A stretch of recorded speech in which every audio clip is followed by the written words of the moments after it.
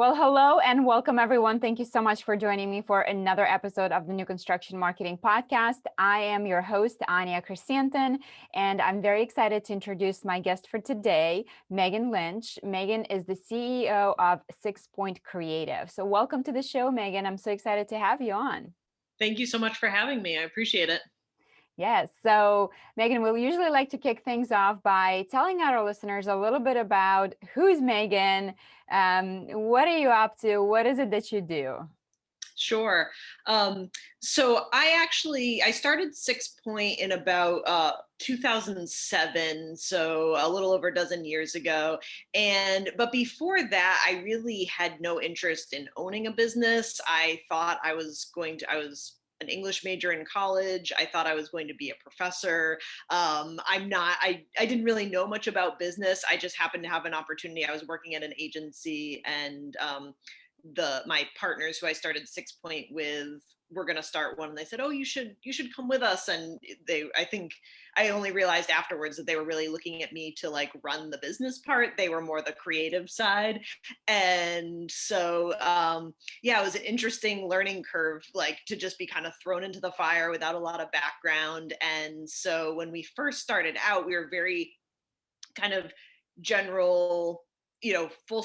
I put full service marketing in air quotes because we were like four smart people in a room that would figure things out. But after a couple of years, I really realized that I was doing a lot more peer education work. I joined a family business center that had a lot of education and kind of CEO roundtables, and I joined the Women's Presidents Organization, which is an international organization for women presidents, and they do a lot of peer learning and education. And I really realized that um, small and medium businesses, family owned businesses, were really kind of my people. I loved being in those rooms and kind of being with CEOs who were willing to kind of put it all out on the table and talk about the good and the bad of what they're going through. And I also realized that a lot of them were really great at what they did on a day-to-day basis, like their craft, but they didn't quite understand how branding and marketing could actually help with like the bottom line of their business. So that was when I kind of realized like, ooh, we could actually, if we really focused on these particular companies and kind of where they are in their growth cycle, we could create some interesting combination of education programs and support services that really helped them unlock some potential. Mhm. So You're yeah. so right with, business owners do their thing. And that's what I always say about my, my builders is that they are amazing at what they do, building the homes for American people. But when it comes to marketing and branding, not so much. A lot of them certainly need help. And I think especially right now, there's a kind of a perception from general public that builders are like these like greedy, like rich, big, corporations. And most of the builders are basically mom and pop shop. Yeah. They're certainly what we would consider small business. Mhm. And I always tell my builders, like, with your website, like you can't just have it be like an anonymous, like we are the builder and like, whatever, blah, blah, blah, they put on there. Like show the people, show that it's you and, two other guys, basically. Like Yeah, yeah. people want to see that. Like I would so much more gravitate towards a builder that, showed me like, oh, hey, it's two guys in the truck, basically. Like Yeah. because people want to do business with people that they like, and the way to get people to like you is to show who you really are and not hide behind that like corporate kind of a, or we're a builder, a corporate type of a thing. So Yeah. so since you're an expert in branding, today I really wanted to dive into the importance of branding specifically for builders Mhm. and how it relates to, um, what happens when your business is growing? Like if you started out and you were one guy in a truck and now you're, maybe 10 guys in a truck. How does that brand evolve from me being the owner, the brand, to now how do I rebrand to being more of a company? And as we continue that growth, maybe from custom builder to more of a production builder, how do we transition that brand? And it's, there's definitely a lot going on with rebranding. And then lastly, I also wanted to tie the whole conversation of, advertising is dead. Like, is it dead in 2021 with all the changes happening with privacy laws and how we can track people online and how we can target people online? I think branding is ever more important in this changing environment. So, Meghan, let me ask you, do you think brand matters now? Do you think it matters more or less? How do you feel about branding for small businesses specifically? Yeah, so I mean, it's such a good question because I also think that you really have to kind of define what you mean by brand. I think for some people, they think of it as like, oh, it's our logo, or they might think of it as like, I know some people who are like, well, branding is all of the like marketing stuff that doesn't actually generate leads. Like it's kind of like the stuff that doesn't really work. But when we think of brand and when we're talking with companies about brand, we're really talking about reputation. And so for me, like if you try to say my company doesn't have a brand, either it means one of two things. Either it does have a brand and you're not thinking about it, and maybe again like the brand is your reputation and your relationships and the word of mouth referrals that you get. Or it might be that you know people are not talking about you that you don't, good or bad, you don't really have a reputation in the market because you really haven't put yourself out there. You've been so busy doing the work, you really haven't thought about how do I create conversations about my company and my work. A lot of the companies that we work with will start talking about themselves like, oh, we're a best kept secret. And I'm like, oh my gosh, like number one, like it's Not a like good thing. they'll say it with pride, because it's like, well, you know I I understand that they're saying it proudly because they feel like the quality is there and that they're doing really great work and that they could help a lot of people. But in my mind, like you do not want to be a secret. Like let's let that secret out. And if branding is about reputation, that's all about creating conversations in the market.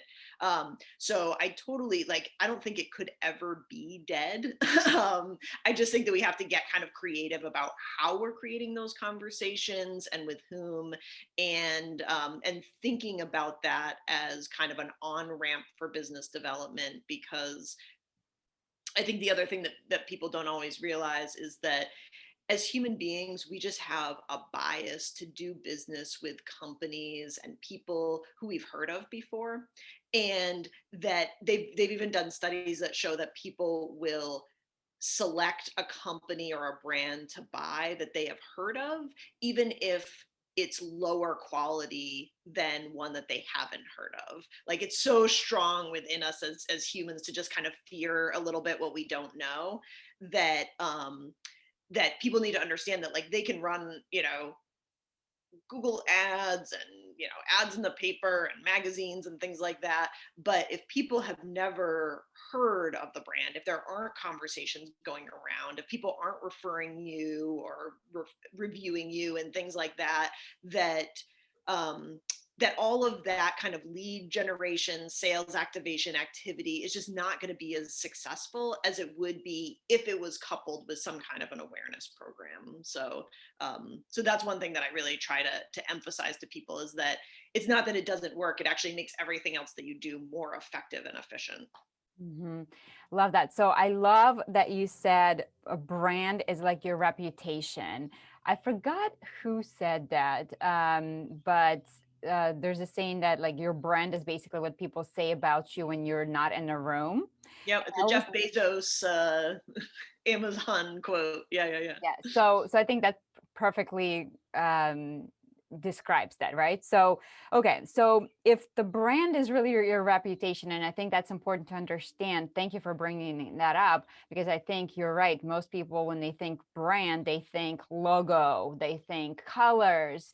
And yes, all those things go into um, shaping your brand, the way people perceive it. But at the heart of it is really your reputation. What does it stand for? And then all those colors and logos and everything, it's just a visual to help people understand what it is. So Exactly. Yeah, they just become a symbol for that goodwill that you've created, so that when, somebody has a great experience and then they see your logo, they're going to be like, "Oh yes, I equate my good feelings about this company with that logo." You know, a fancy logo on its own with no experience of a company is just like it's nothing. And you can also have a logo that maybe a designer wouldn't say is like a great logo, but if everybody loves you and there's great word on the street, then it's going to be successful, because it's really about what people associate with those symbols, not the symbols themselves. yes. So the question for you is then, who controls your brand? If it's a Right. reputation, do I control my brand, or do my customers control my brand? Yep. Yeah, and I think it's such a good point, and I think it's where we like to tell companies to really start to think about the areas of their brand and their marketing that they can control, because there's certain things that obviously like are within your control, but then there's also things that you can't control but you can influence. So for example, when somebody's having an experience with your company, you can't control how they're, what they're bringing to the table and how they're going to interpret it and things like that, but you can influence it in a way of, I'm going to make sure that we stay on budget, that my guys show up on time, that we're following up with the owner and communicating with them regularly and talking to them about this project and what we're doing. And all of those things really do make a big difference in how people experience the brand and experience just their whole interaction with the company. And I think sometimes we put way too much attention on some of the things that aren't aren't very influential in that. So again, a brochure or an ad or whatever, things that people will see for 5 seconds that are totally impersonal.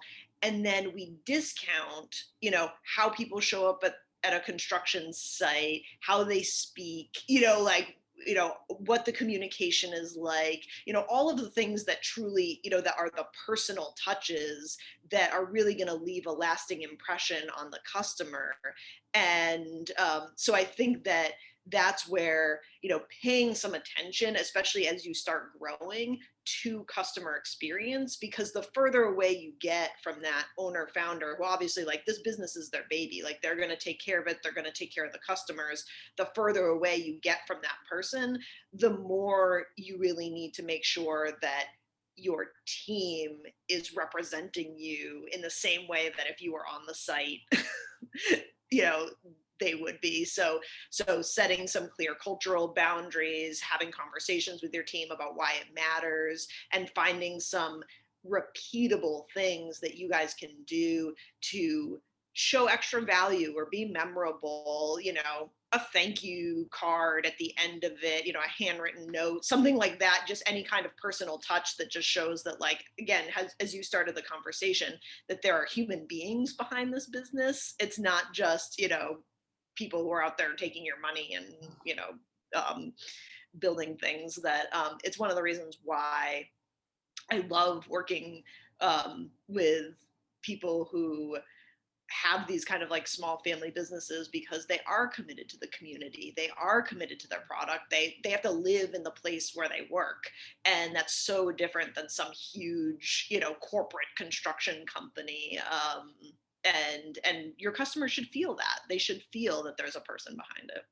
Yes, and I think a lot of builders maybe are afraid to reveal that, like, hey, it's just me and one other guy, because they think Yeah. like, oh, if I put up this corporate feel, then somehow people will feel better about it, because of the trustworthiness factor. But I think if you ask anyone, would you rather buy a house and have your house built by a small local builder, or would you rather go with a huge national builder? I think 99% of the people will rather go with a small local builder. It's just like, same thing when we're asking people for recommendations for, like, a restaurant or something, like, nobody's going to recommend like Applebee's, is it like Right, my right. favorite place, like where you're staying in Tampa right now. I'm sure you're going to like a local eatery that, Exactly. so it's something to think about for sure. And you bring up such an excellent point about, as you grow and it's no longer just you representing the brand, now it's your team, how important it is to have those conversations with your entire team to help them understand what is our brand, what does it mean, and why is it important, and how do we act so that our customers experience that brand. And not to go on a complete rant or a tangent here, but I wanted to bring something up because um, this is like something that happened to me. So I was looking for, a company to clean out the gutters at my house. And I was calling around, I looked on Yelp for companies, and I found one, and then I called, and oh yeah, we can come out in 6 months, and I called a bunch more, and it was kind of like, okay, we can come out in 3 months, just to give you a quote. And one company like had great reviews, and they were like, okay, we can be over like next Thursday. So I was like, yeah, hello. So winner. And their phone person was like excellent, she was really on top of it, communicating with me, and just like a great experience. And they came out, and so they were supposed to let me know like when they're coming. And then I get a call from my neighbor saying that like my dog is in their yard. And I'm like, gate is wide open, and I have huskies. So if you know anything about huskies, like Yeah. if they're out, like they They're are out. Like I don't know what possessed that dog to actually go to the neighbor's house, but they were like out. Um, so turns out they, didn't bother calling me or knocking on the door to say like, hey, we're coming into your yard and we're opening the gate. They just came in, and so they gave me an estimate. And I thought, all right, you know what, since like I'll let it slip. It's like Mhm. mistake, like people make mistakes, it's forgivable offense. Besides, I didn't want to wait 6 months for the other guy, so I was like, all Right. right, fine, the quote sounds good, come over next Monday. I said, please be sure to knock so that I know you're there. We have huskies. Yeah, yeah, yeah, great. What do you know, what Oh happened? no. Oh no. They didn't let him out again. So I see that the guy's left, and I later see that the gate is wide open, and the huskies are nowhere to be found. And so, luckily we found the dogs, but do you think I'll ever do business with this company Yeah. again? Yeah. Like, Well, and the sad part is that everything was excellent. Like yeah. the front lady, she was apologizing up and down, but I just don't trust them, right? I just don't trust those guys that came out. Yeah. So that is so important, that you're communicating to your clients, like, what's the procedure when you're coming to somebody's home? Yeah. How do we want to leave that home?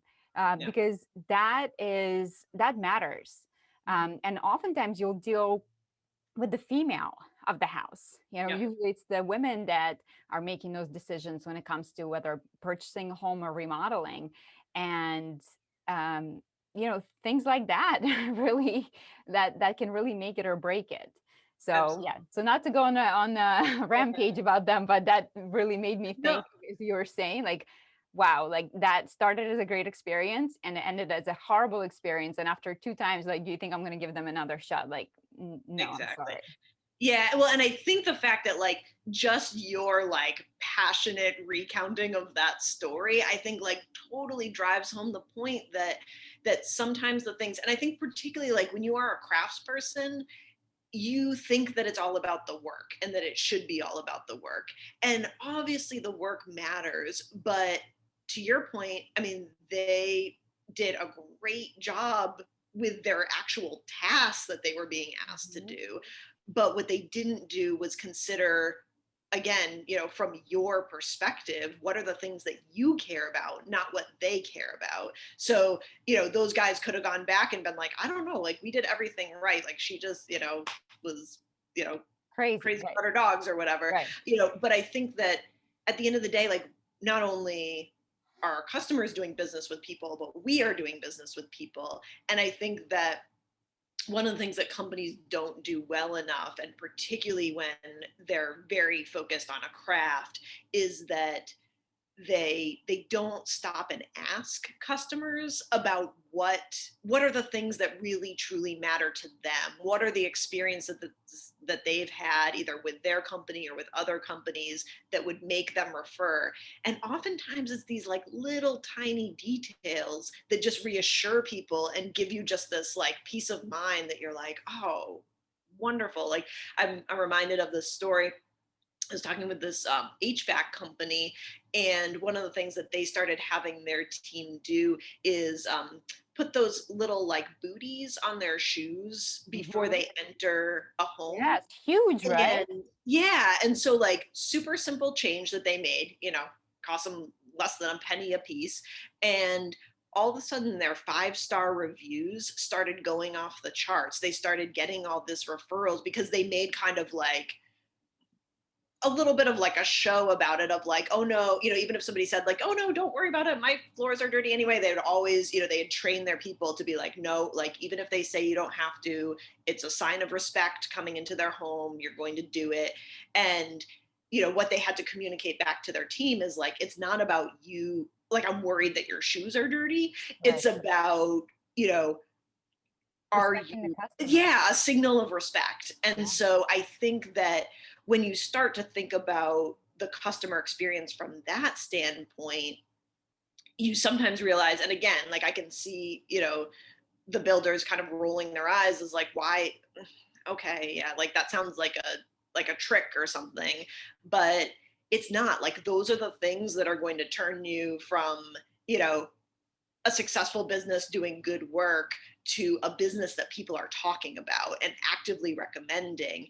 And it's way more powerful to have word of mouth recommendations and people talking about you than it is. You can totally bypass the ads on Google and and all of the crazy like targeting issues that you have right now. If you have people actively recommending you, you know it's free, it's consistent, and it means that you're going to get the right kind of customers. If you've made a customer really happy and they recommend you, you're going to get somebody like them who appreciates what you do and what you stand for. And so I think that it's really powerful, and I think you put your finger on something really important that that builders really do need to pay attention to.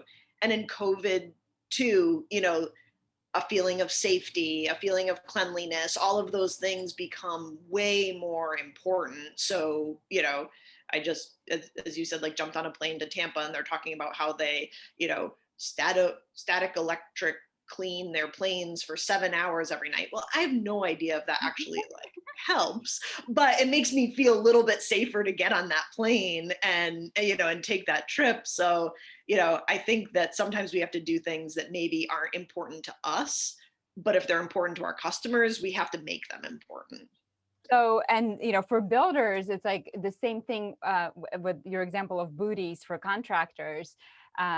Like think about your job site, like when you have customers coming through their future home, Mhm. their home, and they see, urine bottles sitting around, cigarette butts all over the Yeah. place. Like, what signal does that send to the customer that like you don't respect them or their property? Yeah. So I think for builders, like the one way to show respect for the customer is to have really, really clean job site. And so I think that's definitely like equatable to the Woody example that you gave. Um, Exactly. so now in my example, and I think maybe it's because I work with builders, contractors, and small businesses in general. So even though I was really, really tempted to go and write that negative review for that company, I didn't, just because I know how one bad review can affect somebody. And I almost felt bad, right? Like it's like when you're a waitress and you go to a restaurant and you're like, don't worry, take your time. Like, because it's like, Yeah, don't you have that worry about extra crust. extra Like, oh, no big empathy. Yeah. deal. Like I'll still leave you, 30% tip. So I guess maybe it's the same thing with me where it's like I don't want to give them a bad review because I don't want to affect their livelihood essentially. And so I let it slip, but I know that a lot of people will not. So Right. let's talk a little bit about since brand is a reputation, and obviously reputation equals reviews. Yeah. And as we know, you're much more likely to write a review for a company if you're unhappy Yeah. versus if you're happy, right? Happy customers can sometimes write a review, but typically they're not going to go out of their way to go ahead and do that unless they're prompted. So let's talk about some of the best practices when it comes to reviews, specifically for the building industry.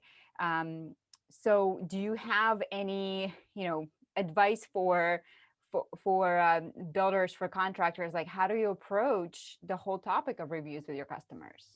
Yeah, I mean, I think in a way it continues to track back to that, like, people do business with people. So I think just to make sure that, like, number one, you are not assuming that anybody will leave a review or that they would be like offended if you ask them to. I think people love to be asked for their opinion, just because I think the negative reviews are sparked because you're like passionately anger is a really powerful emotion. So if you're just happy, satisfied, it just might not even spark the idea that, oh, I should leave this company a review.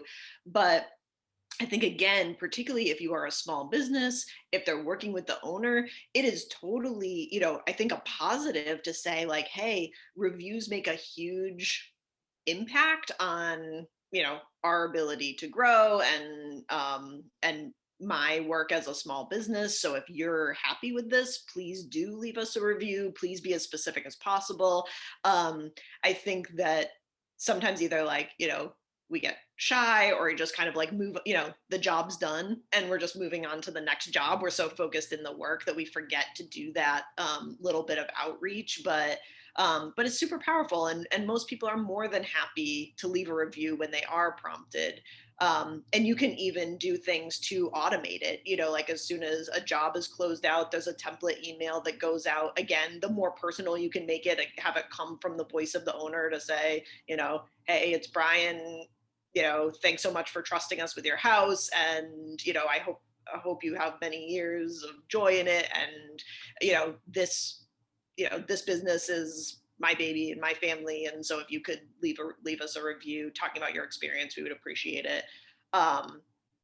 And just have that email just go out to them as a matter of course. Or if you're talking with them to finish up a job, just mention it, have it be a regular part of business. The more you can just kind of bake it into how you work and into your processes, the less awkward it's going to seem.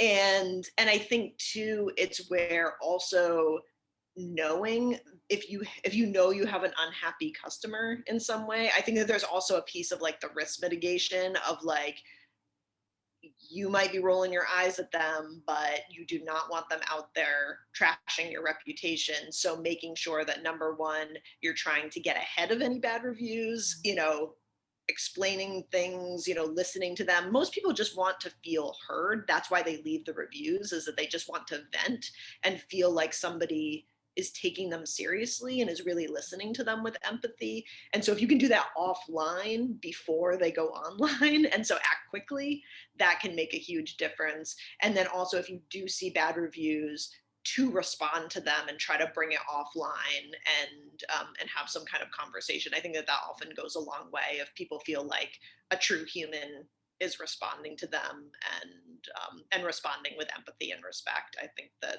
it does go a long way. For sure, 100%. So I like that you're saying like be proactive about it and ask because again, as we said, unless they're unhappy, usually people will not leave a review for you. So what I like to do is anytime somebody says like, "Oh my gosh, Anya, like we love working with you, like you did a fantastic job on this." I always say like, "Thank you so much. It means so much to me. I really appreciate the feedback. Hey, would you mind saying this in a review?" Yeah. And the key is to make it super easy for your customers to do that. So, what I did on my phone is I have a link to my Google page, Google Hmm. My Business. Yep. And I have a link that when somebody opens it up, it directly takes them in to leave a review for me. So, it's I have it pre-templated on my phone where I say, "Hey, thanks so much. I really appreciate the feedback. Would you mind leaving a review?" Boom, here's the link. Yeah. And yeah, like, 9 out of 10 times they're going to be like, "Yeah, absolutely, no problem." Yeah. And if I see if you, or if they say like, "Yeah, I'll write you a review for sure, no problem." And then like a few days later, nothing's happening. Like, it's okay to send them a reminder. Like, people are Yes. Yes. busy. Just say Yep. like, "Hey, I just wanted to see if you had a chance to leave a review. That really makes a big difference for my business. So I would really appreciate if you do that." So I think, yeah, it goes back to like, remember with sales, like unless you ask for a sale, it's not going to happen. And so it's the same thing with a review. Unless you ask for it, it's probably not going to happen. And most people are willing to help you out and they'll go out of their way to do what you ask them to do. So just Yeah. ask. Yeah. And Yeah. yeah, I think it's a good practice to just save that link to make it as easy as possible. So you don't have to go searching for like which website do I go? Where do I Exactly. go?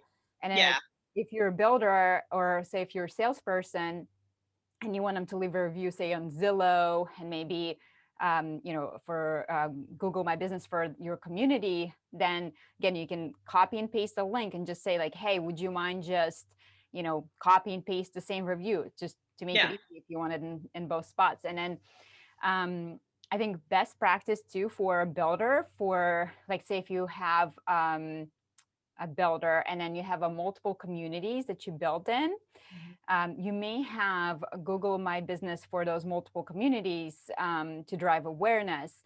But I think the best practice is to always drive all of the reviews to your main Google My Business page for you as the brand, not necessarily that community.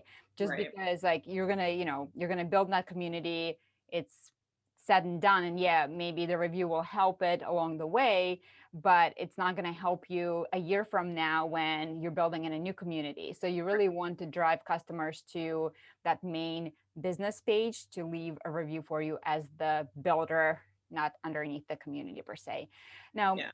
last thing I wanted to touch upon is um, incentivizing people for reviews. So how do you feel about it? And what are the do's don'ts of that?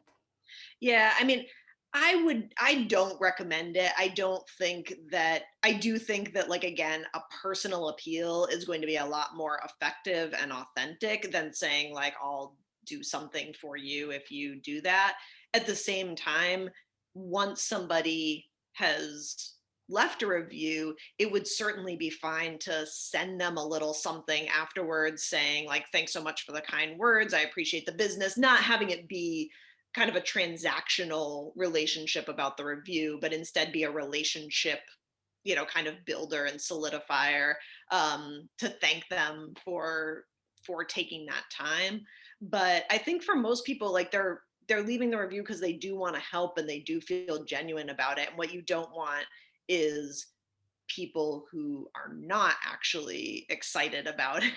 Yeah, it's like, Leave your it drives me crazy. And I know this is like typically it's not in our industry, but like, review. when you go to Amazon and you're like, "Oh, I need to find a new hair product, whatever." And you go in and you read reviews and it's like, "This review, yeah, I received free product for this review. I received," it's like, "No, I don't want that. Like, I just want somebody who bought the product and can tell me the honest opinion." Because I'm sorry, if you received product or you received compensation, like, I don't believe it.